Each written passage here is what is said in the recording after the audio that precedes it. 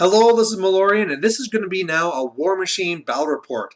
Anthony from the Sustainable Center said that he's just about to get back into hordes, and he's going to be doing a circle army. So whereas I've been kind of on a Legion kick lately, I decided to go and break out the circle, kind of show you how Malorian does it. And for my part, I'm taking ekaya.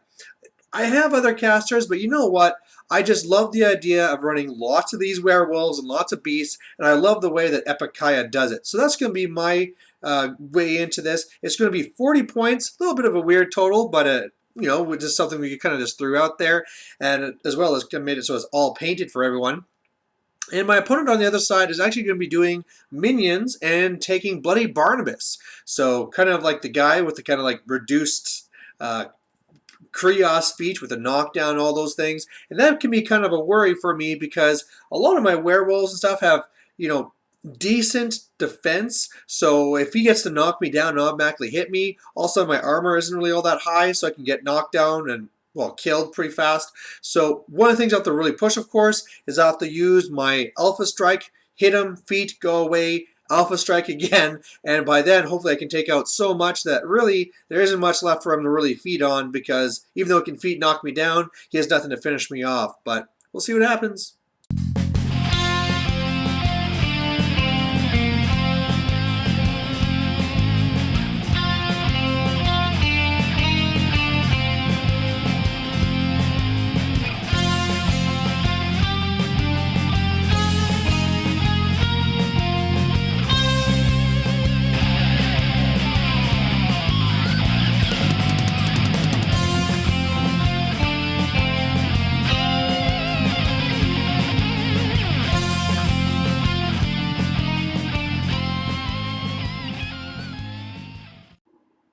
All right, so looking at his side here, with Wrong Eye there, he has Snapjaw and the Death Spitter. And the Spitter here also, I love it. He's all converted up to look like Leonardo. It's not a really good angle for it. We can see the two swords on his back, and he has like a blue little like eye mask thing. So that's always pretty cool. Otherwise, you can see there's Bloody Barnabas, who has a Snapper, two Wrestlers, and the Swamp Horror. So a whole bunch of monsters. On my side, same thing. This is the way I always run them. I love it at 40 points because that's what I have painted. But what I really get into here is I get my Stalker, Gnarlhorn, Getorix, Feral, and then I also have for support the Gorax, Feral Geist, and then of course Epikaya with Laris. The mission we're playing here is, of course, always the 5 points. There's two flags on the middle line that each side has an objective, which is friendly to your side. So what that does, it also contests that flag.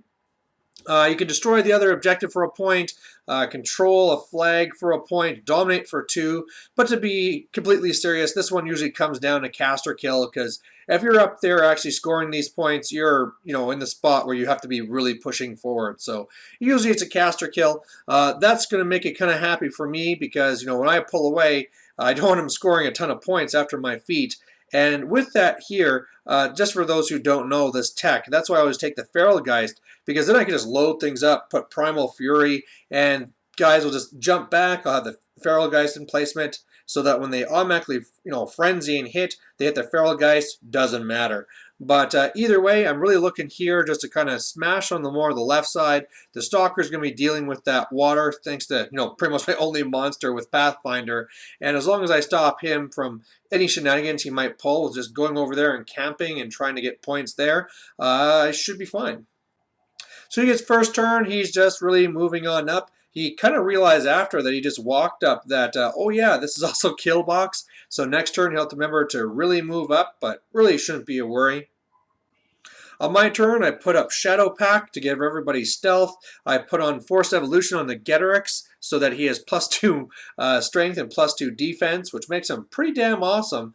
And then after that, I mean, he's warping for strength because why not? Strength on the Stalker, speed on the Feral, just to get a little bit extra distance. In the end, I didn't actually use it all, but yeah, just get a little bit further up there. And at this point, just hoping he actually comes into the middle so the Gnarlhorn can smash something. So he tries for some shenanigans here, and he has a Swamp Horror go and throw a Gator, but it goes more to the side than towards me. The red dot there is where, the actual spot would be, and then he deviated off to the left. And then after that, he went and charged my Getorix, and I smashed him away with Counter Slam. So I love this on this guy. It's just such a great thing to have. You have to be careful sometimes, of course, where you can actually just be doing it and get yourself killed. But at this point here, I wasn't too worried because he'd already moved some stuff in front of other models, so I wasn't worried about him charging and killing the Gnarlhorn anyway.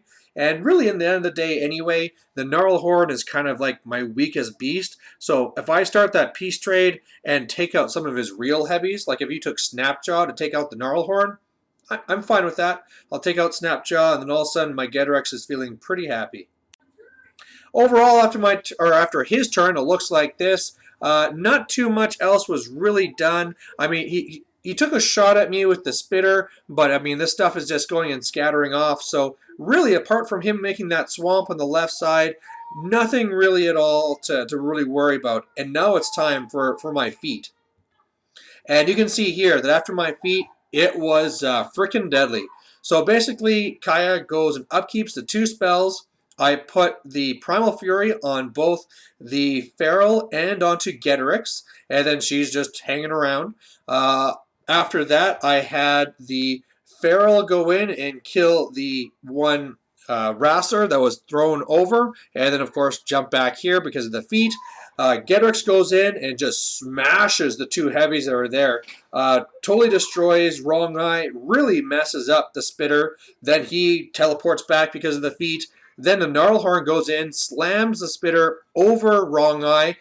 Doesn't actually do any damage or finish them off. I think the spitter's on like 3 boxes now. But yeah, really messed him up. Otherwise, the Stalker goes into the Wrestler on the right. I get some hot dice, leaving with only 2 boxes. And after everything's said and done, I mean, I'm now kind of have a little good spot over here, a little fort. You can see here I'm all set up so that the Feral and the Getorix will be hitting the Feral guys when they automatically frenzy. But yeah, I mean, it's pretty much was a pretty devastating turn. And then it got even worse when he had a little bit of fury issues and his Swamp Horror failed. It was only having the one on it, but it still meant had to do like, I think it was leadership 7, but it failed it and then killed the other Wrestler. So thanks, buddy. So otherwise, there's not really much else he can do. I mean, at this point, he's just doing things in desperation. So the little snapper goes and attacks my Gnarlhorn. Actually, it would have been out of range, but then I went up for a counter slam, missed the attack, and then that meant he could actually attack me. He did a little bit of damage, nothing too serious. But otherwise, he's just kind of like moving up, putting up some swamps, and like I said, he realizes this is a bad situation. He's just hoping I make a mistake now. But I don't make a mistake. I drop my 2 spells. Of course, automatically Fury or Frenzy with those 2 guys. They hit the Feral Geist. I then put Forced Evolution on the Stalker. I put the Primal on him. And yeah, he is able to charge in here and finish him off no problem. He was camping too, but it didn't really matter because he had the Snapper that was full. He had the Swamp Horror that was already full. And yeah, it was just a couple of hits, and there's dead Barnabas. So there you go, a win for Ekaya and for Circle.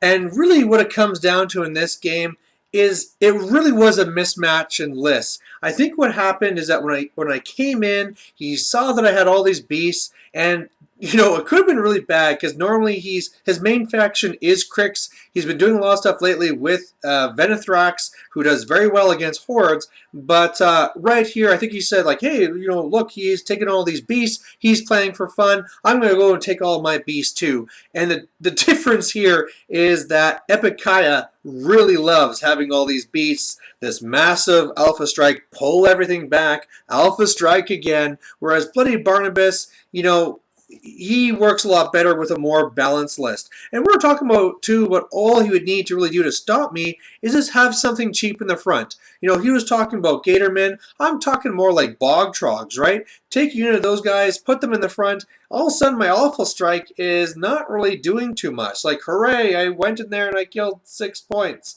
as opposed to killing a bunch of your heavies, right? So, very different. So, I think, like I said, the biggest factor to the way this game went down is just really the lists. Obviously, this is also a thing where my epic Kaya I have a lot of practice with. I'd have no problem taking this list to a tournament. I really like this list. Whereas for him, he's like, hey, let's have fun. And this is even kind of like a new faction to him. And he's kind of like just throwing beasts together and say, let's see what happens. So there you have it. So, no disrespect to the opponent. I think there's really more just a mismatch of the list, but still was a lot of fun. And Anthony, if you're watching, this is how you win with Circle. So thanks for watching. Bye.